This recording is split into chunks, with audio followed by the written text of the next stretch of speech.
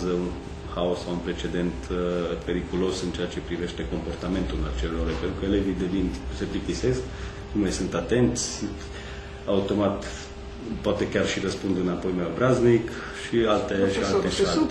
Da. Da.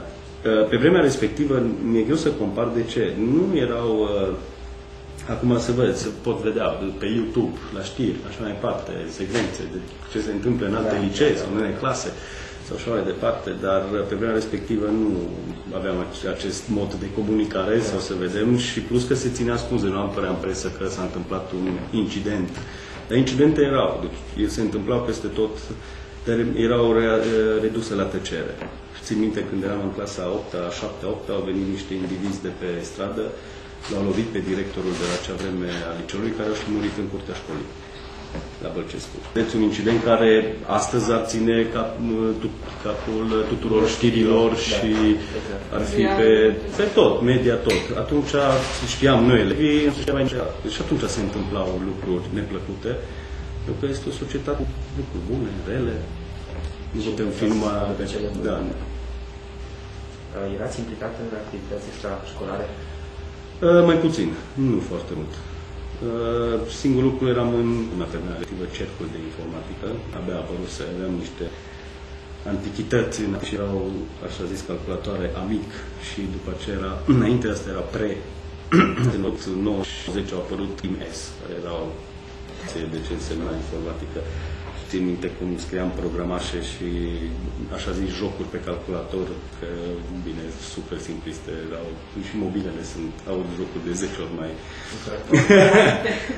mai interesante și mai volate decât ce se întâmpla în vremea respectivă, dar era ceva nou. Era ceva nou și eram atât, ăsta era cercul de informatică. În rest, nu. În rest, mă canalizam matematică, fizică, cât de mult pentru a da facultate. Dar cercul ăsta a fost plăcut? Deci, da, sigur, era. A fost la alegerea dumneavoastră? Da, sigur, sigur că da. Pentru că eram la clasă de matematică, fizică și aveam și informatică în cadrul orelor.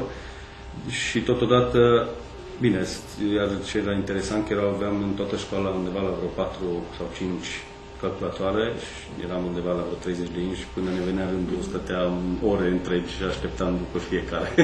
Și era așa un labor special de Da, informatică? era o încăpere cam cât asta, la acea vreme. Dar la laboratoare de chimie sau erau fizică? De toate, chimie, fizică, da, erau toate tipurile, biologie, tot. Și în comparație cu cele de astăzi, erau, dacă ați apucat să și în ziua de azi?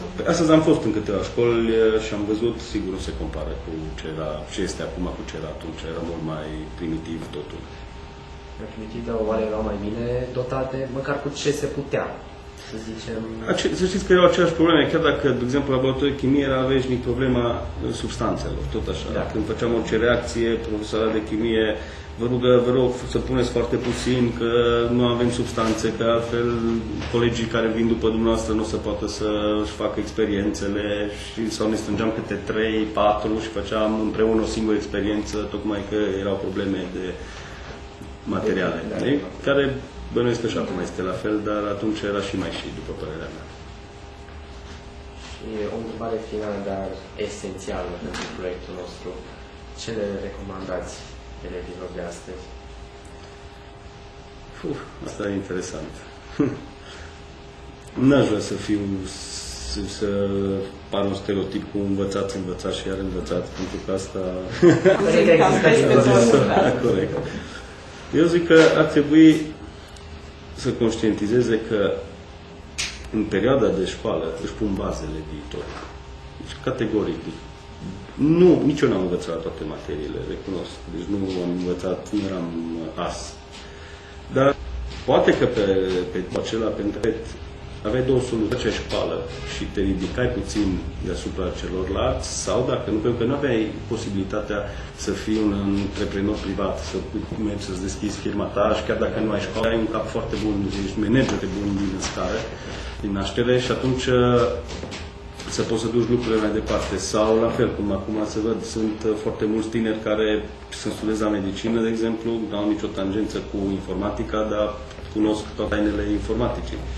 Deci, pentru că au abilitate spre așa ceva.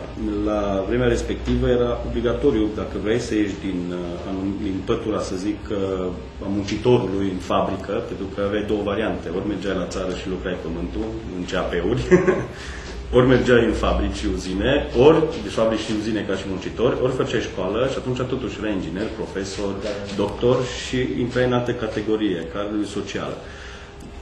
Acest lucru, eu zic că se menține și astăzi, dar pe o scară puțin mai redusă, pentru că la ora actuală, sigur, nu-ți convine ceva din sistem, ești liber să pleci sau poți să faci, să-ți deschizi propria firmă sau să lucrezi ca persoană fizică autorizată și să faci ce vrei. La acea vreme nu se putea. Eu zic că e important. Deci, încă o dată, bazele se pun în școală. Deci ceea ce înveți în școală, e vorba de absolut, deci întreg, nu e vorba doar de materii, ci comportament, logic, tot, ți se pun bazele în școală. Dacă e serios, și sigur că și distracție trebuie, normal, că acum nu moș anul să înveți și să tocești. Nu, te și distrezi, da? Trebuie să... Deci eu asta aș recomanda, să se distreze, dar să și învețe.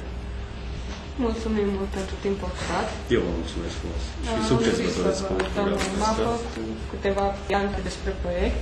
Așa, general, absolut general. Și vă mulțumim încă o dată. Eu mulțumesc foarte mult și succes. Succes. Când o să ajungeți și pro distracție plăcută, printre altele. Sper așa acolo, în primul rând. Păi, asta este ținta, nu? Ce are copilor? Stay in school, don't do drugs. Așa. Așa erau vremurile, da? Era o distracție, ne și distram.